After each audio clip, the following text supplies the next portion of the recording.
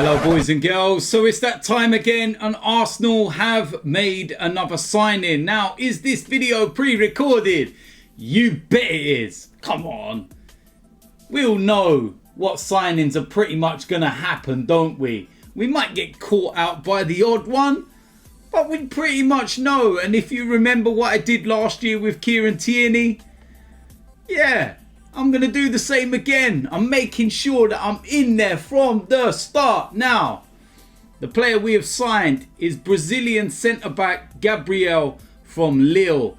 And this is a signing that's kind of dragged on over the last few weeks. And he's a player that was very, very sought after.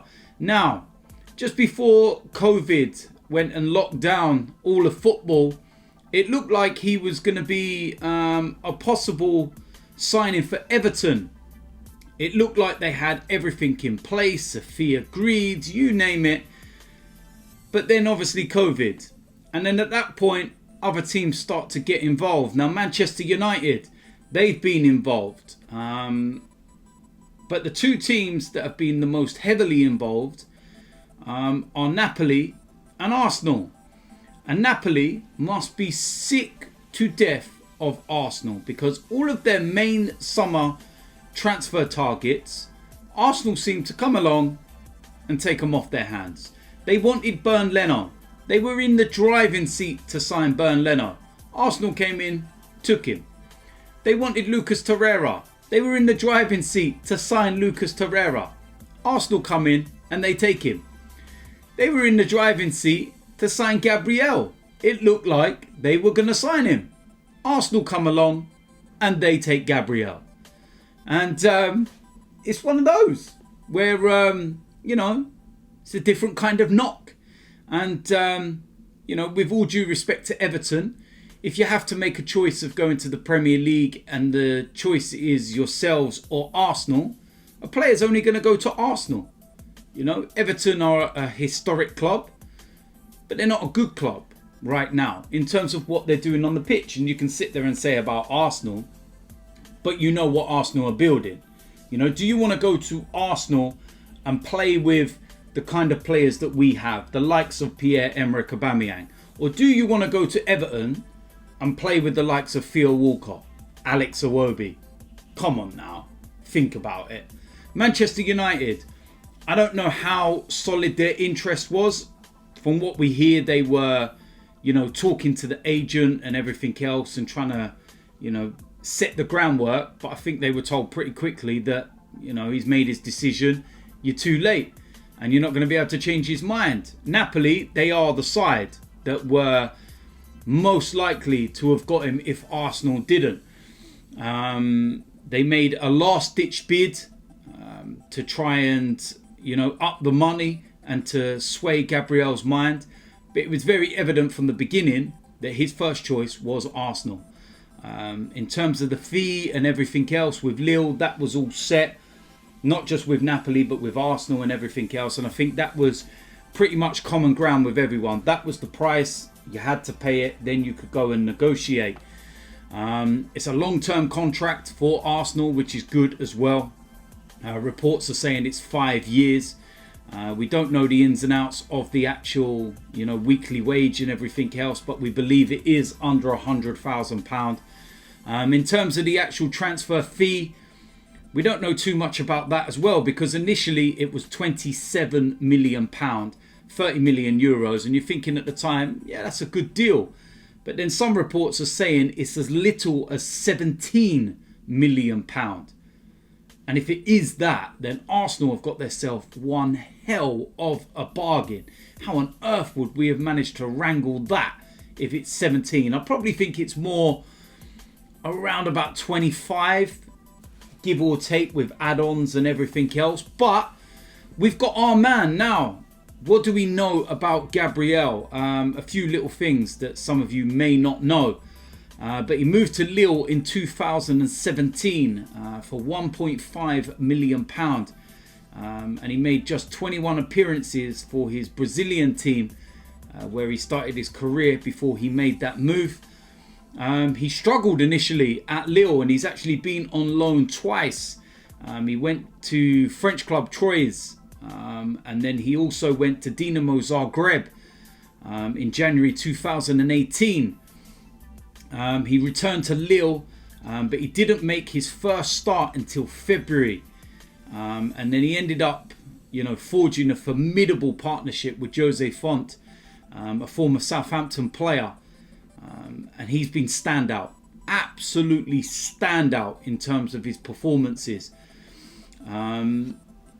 Lille also qualified for the Champions League, which was a massive achievement for them. He's a former teammate of Nicola Pepe, of course. And some of his attributes are definitely what Arsenal need.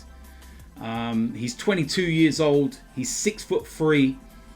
He's tall, quick and versatile. He can play in both a back two or a back three, and that's very key because under Mikel Arteta we played the 2 and the 3, and it'd be very interesting to see what we do with the formation. I do think Mikel Arteta will go to a 4-3-3. He's only scored 1 goal in 34 games, but he's a centre-back. But don't take away from his importance in building up the play. Now, one thing that he does have is his distribution. The ping on his left foot is absolutely immense. Technique is absolutely brilliant. And like I said, that ping he has from left to right, that is so key to breaking lines, to switch in play and the transition. And it's massive, to be quite honest with you. And, his physicality, the Lille president, Gerard Lopez, actually referred to him as being a machine. So listen, he's highly, highly regarded. And the fact that he's 22 years old, Brazilian, he comes into a side with other Brazilians there as well. He is one of the most dominant defenders in Europe right now.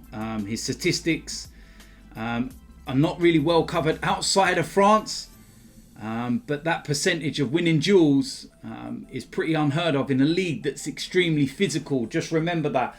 And let's also get this out there as well. Stop calling the French league a farmers league. PSG, Lyon, what they're doing in the Champions League and everything else. There is a possibility maybe of a Lyon and PSG final. They've got to get through their respective matches and everything else first. But to be honest with you, I'm looking at it and I think that, PSG, I reckon they can get past Atlanta. I think it will be a difficult game, to be honest with you. I think it will be tighter than some people might think. And I think that Atlanta will push them all the way. And then dependent on what the games are after that, if they end up playing someone like Leipzig, I believe it is, with the way the draw falls for the semi-finals, I think that PSG will be too strong for Leipzig. I think that they will have way more than what Leipzig will. I think their inexperience will tell, and the big players, will come forward, like your Di Marias and whatnot, and not so much the Neymars. They will be heavily involved, but we'll look at people like Di Maria and whatnot, because their experience is crucial in these sort of games. And then Lyon, they have a tough one with Manchester City, but I tell you something, I actually think that they can beat Manchester City. I genuinely do. They're going to be full of confidence after beating Juve. And I actually think that they can beat Manchester City. Manchester City are not invincible. I've said that so many times. You have to look at how many games they've lost this season in the Premier League.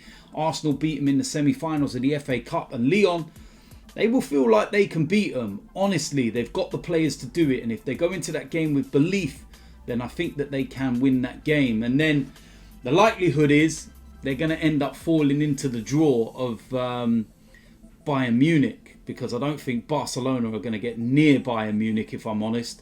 I think Bayern Munich are an absolute machine. I think they're the best team left in the Champions League. I was watching them in their Bundesliga games when lockdown had resumed and everything. And they're unreal. And I think they're the team to beat. So, unlucky for Lyon that they're on that side of the draw.